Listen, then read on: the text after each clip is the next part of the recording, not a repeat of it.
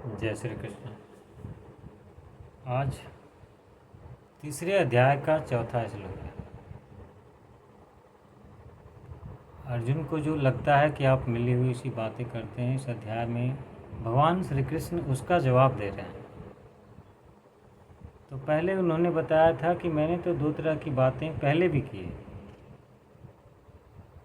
तुम उस अलग अलग की है, तुम उसको एक साथ मिला के समझ रहे हो, इसीलिए तुमको भ्रम हो रहा है। तो पिछले श्लोक में उन्होंने ज्ञान योग और सांख्य योग की निष्ठा के बारे में बात की थी। अब इसी श्लोक में जो है उन्होंने उसको विस्तार से समझाया कि चाहे वो ज्ञान योगी हो या कर्म योगी हो, उसमें कर्तव्य कर्मों का स्वरूपतः त्याग नहीं हो सकता, या त्याग करने से ना तो कर्मयोग में कर्म का त्याग करने से सिद्धि मिलती है, ना ज्ञान योग में अगर कर्म को छोड़ के बैठे रहें तो सिद्धि मिलेगी। यही बात समझाने के लिए इस श्लोक में उन्होंने बोला है।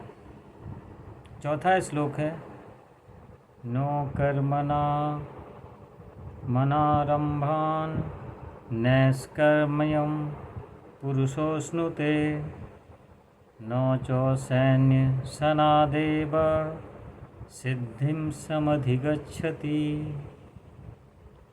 मनुष्य ना तो कर्मों का आरंभ किए बिना निष्कर्मता को यानी कि योग निष्ठा को प्राप्त होता है। दो निष्ठाएं यहाँ उन्होंने बताई है, एक है ज्ञान निष्ठा, दूसरा है योग निष्ठा। ज्ञान योग निष्ठा यानी सांख्य योग, कर्म निष्ठा यानी कर्म योग। तो कह रहे हैं कि मनुष्य ना तो कर्मों का आरंभ किए बिना निष्कर्मता को यानी योग निष्ठा को प्राप्त होता है, और ना कर्मों के केवल त्याग से सिद्धि यानी सांख्य निष्ठा को प्राप्त होता है।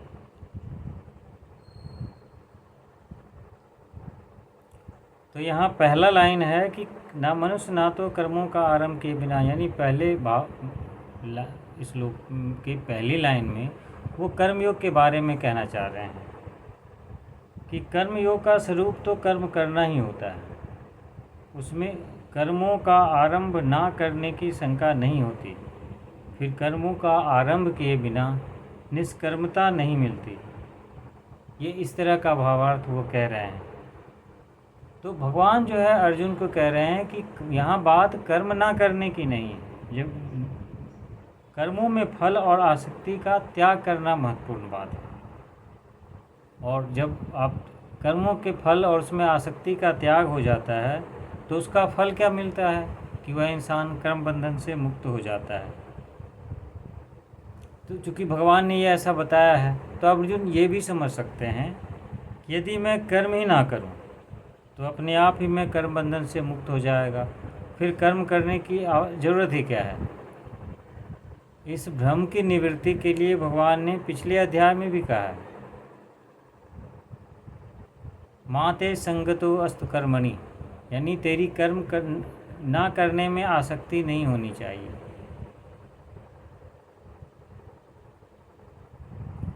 तो किसी भी कारण से अगर आपके अंदर ये विचार आता है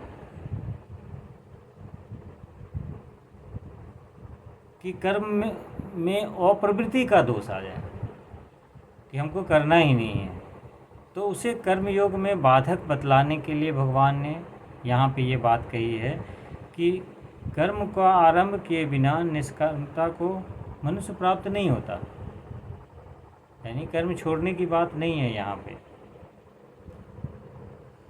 और कह रहे हैं कि कर्मों के केवल त्याग देने से सिद्धि यानी सांख्य निष्ठा को भी प्राप्त नहीं किया जा सकता है।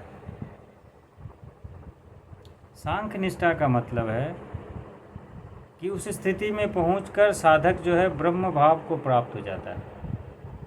उसकी दृष्टि में आत्मा और परमात्मा का किंचित मात्र भी भेद नहीं रहता, वह स्वयं ब्रह्म रूप हो जाता है जब ज्ञान रूप की सिद्धि हो जाती है। उसी को यहाँ उन्होंने सिद्धि कहा है इस श्लोक में। वह ज्ञान योग की सिद्धि भी जो है अपने वर्णाश्रम के अनुसार करने योग्य कर्मों में कर्तापन का जो अभिमान होता है उसको त्याग कर और उनके जो भोग हैं समस्त भोगों में ममता, आसक्ति और कामना से रहित होकर निरंतर अभिन्न भाव से परमात्मा के स्वरूप का चिंतन करने से ही सिद्ध होती है।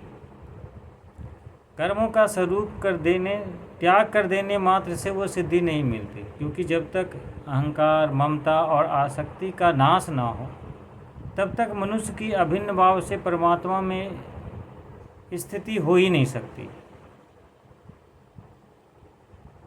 शरीर हो गया, मन हो गया, बुद्धि हो गया, इसके द्वारा जो भी क्रियाएं होती है उसका कर्ता खुद को ना समझकर वहाँ दृष्टा की स्थिति लाते हैं ज्ञान योग। तो साक्षी भाव के साथ कर्म करने से ज्ञान योग में सिद्धि की प्राप्ति होती है, वो उस स्थिति को प्राप्त होते हैं।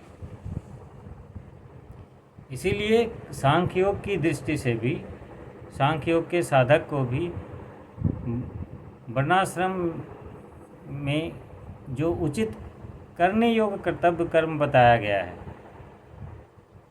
उसमें कर्तापन, ममता, आसक्ति और कामना से रहित होकर करने से भी ज्ञान योग में सिद्धि मिलेगी। यहाँ विवेक और विवेक के साथ उसका निर्णय करते हुए जो कर्तव्य कर्म करने लायक हैं उनको करते हुए ही यह सिद्धि मिलती है। तो चाहे वह ज्ञान योग हो या कर्म योग हो, दोनों में ही आसक्ता, ममता, अहंकार, कामना इनसे रहित हुए बिना, क्योंकि कर्मों का वेग जो है अंदर वो कर्म करने के लिए विवश ही करेगा। बिना कर्म किए तो चाहे ज्ञान योगी हो या कर्म योगी वो रह ही नहीं सकते, क्योंकि जीवन रक्षा के लिए भी भोजन तो करना ही होगा ना, उसके लिए कुछ उद्योग तो करने ही होंगे। अब उसी में अगर खाना खा रहे हैं और कुछ रस आने लगा है तो वहाँ भी कामना उत्पन्न होगी कि ये अच्छा लग रहा है, अगले दिन भी यही मिल जाए तो अच्छा है। तो चाहे वो ज्ञान योगी हो या कर्म योगी हो, जो करने योग्य कर्तव्य कर्म है ममता, आसक्ति त्याग कर और अपने लिए ना कर उसको दूसरे के लिए करें। इस संसार के साथ जितने भी संबंध बनेंगे वो तो शरीर का संबंध बनेगा ना, हम शरीर तो है नहीं, हम तो उससे अलग हैं। तो इस तरह के दृष्टिकोण वो विकसित करने के लिए कर रहे हैं कि भगवत गीता जो है कर्म से इंसान को छुड़ाती नहीं, वो कर्म करने की प्रेरणा देते हैं।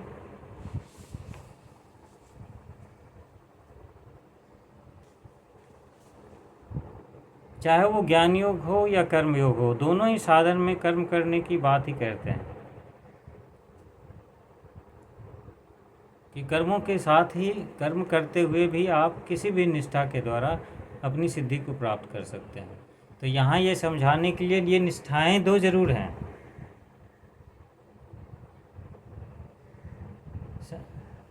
लेकिन दोनों में ही कर्म करना आवश्यक होता है, क्योंकि जीवन जीने के लिए, वहाँ तक पहुँचने के लिए